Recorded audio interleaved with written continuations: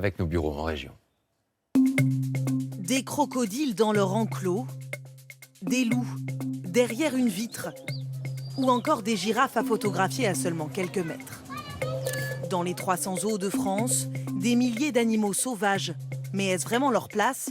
Les visiteurs sont partagés. On n'a pas l'impression que les animaux en pâtissent, ils sont en liberté, ils ont des espaces. Ça serait mieux la liberté, mais ça fait découvrir les animaux aux jeunes, quoi. Alors à quoi servent les parcs animaliers?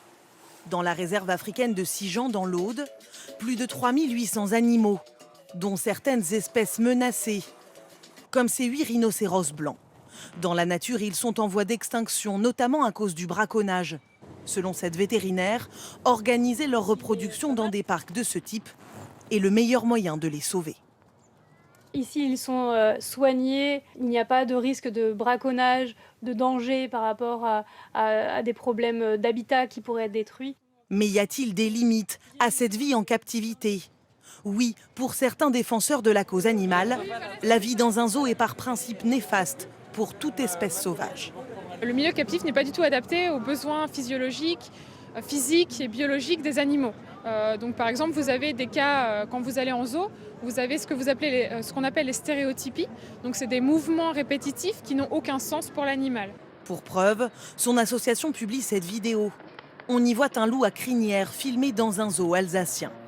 Pendant de longues minutes, il longe sa clôture, manifestement désorienté. Alors existe-t-il des alternatives? La solution vient peut-être de certains programmes d'élevage en semi-liberté pour mieux réintroduire les animaux dans la nature. Ce fut un succès par exemple pour le bison d'Europe. Mais pour certains animaux nés en captivité comme ces guépards, c'est en revanche plus compliqué. Ça sera un peu les envoyer au casse-pipe, de les mettre dans la nature actuellement.